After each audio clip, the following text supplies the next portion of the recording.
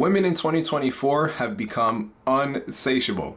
Literally, you cannot satisfy this woman. It does not matter what you do. You're only as good as the last benefit you provided for her. I'm dating a broke guy, and it really sucks because he has the best personality, hands down. I have so much fun with him, but it's like it's gotten to the point where right now I'm not doing as financially well as I normally do. So in the past, like, we have taken trips, but I've paid for the trips, I've paid for the hotel, I've paid for the rental of the car. If we've been to concerts, I've paid for the tickets. He does what he can when he can, but he doesn't do enough. You know what I'm saying? The concept of this video alone is crazy. First of all, let's get one thing very clear. If you've been paying attention to what she's been saying, essentially she's been shaming her boyfriend for not making or having enough. Meanwhile, she doesn't have enough herself. I understand that 50-50 dating is not ideal. I don't think any guy who actually wants to provide and protect for his woman wants to have a 50-50 deal in regards to the finances. Let's be honest, nowadays, more than likely, that's what a lot of guys are gonna be going through. They're gonna be looking for someone that they could split 50-50 with. Guys, I think if you're going to be dating, at the very least, be able to come up with 80% of whatever provisions you guys have agreed upon. To expect the guy to be able to cover 100% is a little lofty, ladies. Like, you might be shooting a little too far. You might be acting a little too big for your britches. And then the last thing is like, okay, so he essentially is a great guy all around, does what he needs to do, takes care of you, treats you right, whatever, this, that, and the third. But you're frustrated with him because he doesn't take you out enough, or you guys don't do enough things. I could understand if once in a while you'd want him to take over and provide some of those financial benefits here and there. But to take care of all of those things, want to go out, pay for two people for the extent that she's been doing it, and then turn around and start complaining about it, doesn't really make sense. This is one of those conversations that they should have had with each other in the beginning of the relationship. And that's why a lot of people end up in relationships that don't really bode well for them anyway. If you don't have those tough conversations, you'll find yourself in situations like this where, like, 3, 4, 5 months down the road, one of you is resenting the other person simply because what you want or what you thought you would get is a lot different from what you're actually getting now. But he does what he can when he can. But it's gotten to the point where it definitely sucks because I'm not doing as well financially. I can't afford to do things for two people. I can't even afford to do things just myself right now. So why do it? Because I can't afford to do things for two, we actually don't do anything. We haven't done anything. Like, if I'm being for honest, like in September, for my birthday month, he does celebrate me around those times though. He does celebrate me around the holidays. He does celebrate me around my birthday. But yeah, it's been October, November, December, January. So for the past 4 months, me and him, we just been like sitting ducks. And if you two have a roof over your head, the bills are paid for, but you guys have been Netflix and chilling for like the last couple of weeks because you don't have the money to go out and do the extravagant stuff that you want to do, what's the problem with that? Yeah, it sucks. Like, it's crazy because I don't think, like, I feel like females come online and talk about, like, look what he bought me, look what he got me, look at where he took me. It's like the ones that are dating the broke men, we don't talk about it. But it's like, no, I mean, I don't know. There has to be like a conversation about it. And it really sucks because I feel like it's kind of getting to the point where if I'm not the breadwinner, or if I don't somehow make my life lead me up to making income for two, I don't think that I'm gonna be able to be with this person. And it just really sucks because like I said, he has like the best personality, hands down. So I'm on here to ask, what do I do? What you should do is have this conversation with your boyfriend, but instead you rather air out your relationship issues for clout on TikTok.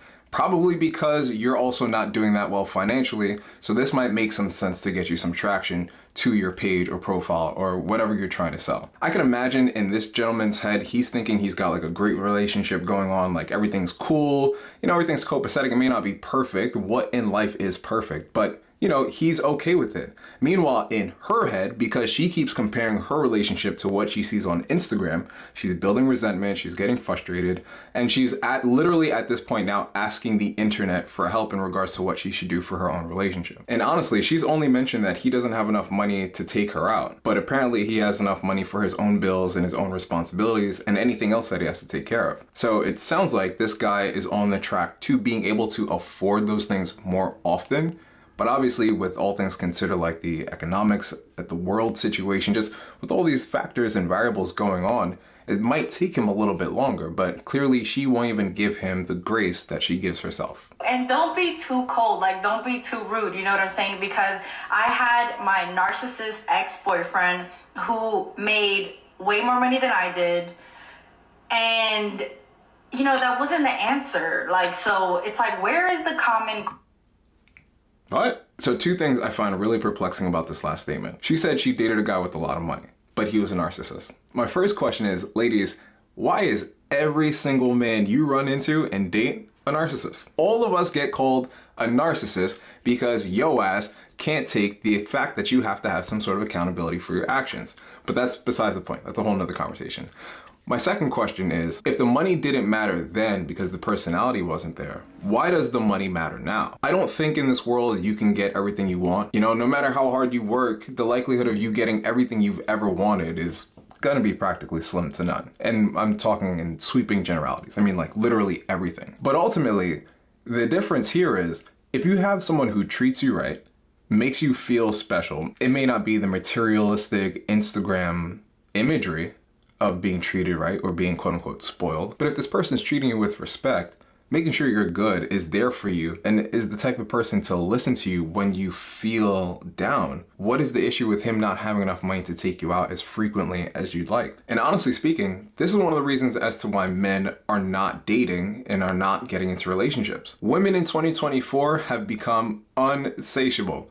Literally, you cannot satisfy this woman. It does not matter what you do. You're only as good as the last benefit you provided for her, unfortunately. Ground, and obviously I do have a little bit of fear, if I stay with him during this whole time and I continue to help out, is he gonna just walk away when he does better? It's just, it's so scary. It's so crazy because it's like, I really, really like him and I really, really, really don't want to not be with him. But at the same time too, I'm too effing old to do this shit. She's lying. She doesn't actually like him. She likes the attention she gets from him, and she likes the affection that she gets from him because it's a lot different than the attention and affection she got from the narcissist, but she doesn't actually like him. He can't fulfill her financial need for a materialistic consumer, which is why honestly, because again, we speak in grand sweeping generalities on the internet, right? But I'm not gonna lie, the government has done the greatest bang up job on this psyop of dividing both male and females, because it's turned us both into individualized consumers, which is what, ironically enough, women are parading about. You're so happy to be a consumer. And this is the result of having a consumer mindset. At some point, you're not satisfied with having a holistic, healthy, cohesive relationship simply because you keep ranking your relationship with whatever BS you see on the internet, like Instagram or TikTok or wherever you guys spend a lot of time wasting it on the internet, and then compare that to your current relationship now, and then get frustrated with the guy that you're with because he's not taking you out on lavish trips, he's not buying you hundreds of thousands of flowers, he's not doing all the things that don't really mean a relationship is actually healthy. All right, we got a part 2 here. But I also feel like he has a lot of debt. And then I also feel like he's the type of person, he jokes to me or whatever because he's like, I'm so nice that you would have to be the opposite because I'm not that nice. But it's not that. I think I know how to say no, to people. If it's a no, it's a no. I don't care what you need. I'm sorry, but it's I work too damn hard. I'm really trying to make it out of where I am. And that's the way I've always been, for, I don't know. So he has a job, it's a good job, but there is a lot of debt. But then again, the way that the world has been lately, like COVID and inflation, it has been a little bit hard. And he's a homeowner, I'm a homeowner. So sometimes when you have homes, things happen, and they're not small things. Like, they cost thousands of dollars. So he's basically the type of person where there's not really like a rainy day fund, and I'm the type of person where I'm all about the rainy day fund. Damn, I wonder why he doesn't have a rainy day fund. Maybe because he has home expenses. I mean, my God, how dense can you be to ramble on this much on the internet, talking about your current boyfriend, complaining about him? Lady, you might as well just break up with him. Save him the trouble of trying to rationalize and figure out what he did wrong in the relationship so he doesn't make the same mistake, and just leave him. If you're gonna spend all this time complaining about him, feeling that you're fed up with what he's doing and fed up with, you know, his job and just his overall financial situation, what is the point of being with him? It's interesting because when you're out in person, you don't normally hear conversations like this. But when you're on the internet, it seems as though the internet has allowed people to be either the realest version of themselves or the most selfish version of themselves. And unfortunately, a lot of that is coming from women. Women all the time used to be like, oh, where do you see these women? Where do you meet them? They're all on the internet, all showcasing their own dysfunctions for you to see. Fun. Like, I am the queen of, no, I cannot get my lashes done. I need to save those $200. Like, that's literally why, like, I wear strip lashes, because strip lashes are cheaper than getting lash extensions. I don't do my eyebrows. Like, nobody does them for me. I do them myself. My nails, like, yeah, I just got my nails done, but it's been the first time in like 4 months. You know what I'm saying? Like, before that, I just kept them bare, natural. Like, you know, I'm the type of person where I'm like, if I don't need it, I don't need it. If I want a new pair of shoes, I sell an old pair of shoes. Like, I'm very so much that human being. So sometimes I just don't really know if there's a real game plan that's actually going to be put in motion. Like, and then it's so crazy because sometimes some people have different luck than you do. Like, I know, and I always am super grateful to the universe, to God. I'm very lucky. I've always had really good things happen to me. I've always been placed like in the right space for a blessing. So with this amount of complaining, this woman is not relationship lucky. She could be lucky everywhere else in her life, but as far as relationships is concerned, based from her perspective, she's not lucky at all. Oh, and sometimes, like, I see the way things happen to him, and I'm like, why is that happening to you? Like, what is going on? Like, I just, you know what I'm saying? Like, did you step on some shit? Like, did you step on some negativity? Like, you know, so, you know, do you guys believe in, like, the evil eye? Like, what is going on? Like, sometimes, like, literally, I see the way things happen to him. I see the way his life unfolds for him, and I'm like, why is this happening to you? Like, Oh, God. Lord. The first one is, this woman is pure. Gentlemen, I want you to take a good look at this woman and get a good understanding of her archetype. Because once you could see the flaws in her character and see how they are foundationally apparent in nearly every single other woman's character, you're going to want to avoid them. Women often chastise men who don't want to date, who don't want to interact with women anymore. And, you know, they ridicule them, they belittle them. But when you constantly see a barrage of media coverage that covers things of this nature, what else would you assume? What do you think would make a guy look at this and be like, I think I actually want to try this dating thing? No guy in his right mind would want to date in this modern era simply because of everything that we're seeing.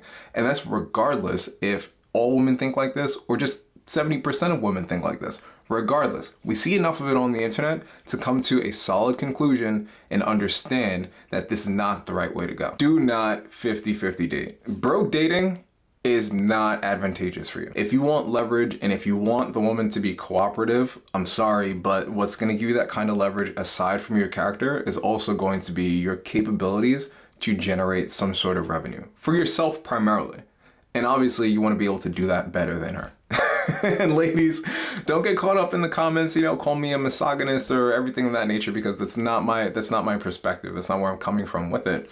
But it seems to me, and I'm sure other men can agree with me as well, feel free to leave your thoughts in the comments below, that the only time a man will ever get respect from a woman is in his capability to produce. And that production capability has to be much larger than hers in order for her to truly respect this man. There is no love in modern relationships. It's all just transactional. And gentlemen, let this be a warning, because if there's anything I know, is that where there's one, essentially there's a million. So you'll find a lot of other women with similar mindsets, and it could only end bad. You know, I can't really see anything good coming from a scenario like this. I'm not saying to not take your girlfriend out on a date, or your wife, whatever the case may be. Side note, don't get married. What I'm saying is, it doesn't have to be done all the time. Like, I don't have to take you out week in, week out. We can go out, but I don't have to take you out every week. What makes her think that he's enjoying this as well? He's probably stacking his bread right now, but you wouldn't know that because they didn't have the conversation. When it comes to relationships, even whether you want to be in a relationship or you don't, regardless, if you find yourself in a scenario where there is some mutual interest between you and a woman in the very beginning, you need to have a conversation and let the intentions be known right away. Whether it's, you guys are just fuck buddies, you guys are just, doing something casual, or you guys are actually trying to stick with it for the long haul. Make sure you have that conversation and cover finances and all of those things as well. Do me a favor, leave me a like and subscribe if you enjoyed the video. Feel free to leave your comments down below. What do you think? Do you think she's making the right move by talking to the internet about her situation? Why or why not? And if you were her boyfriend, what would you do if you ran into these videos? Anyway, check out one of these other videos as well, and I'll see you in the next one. Peace.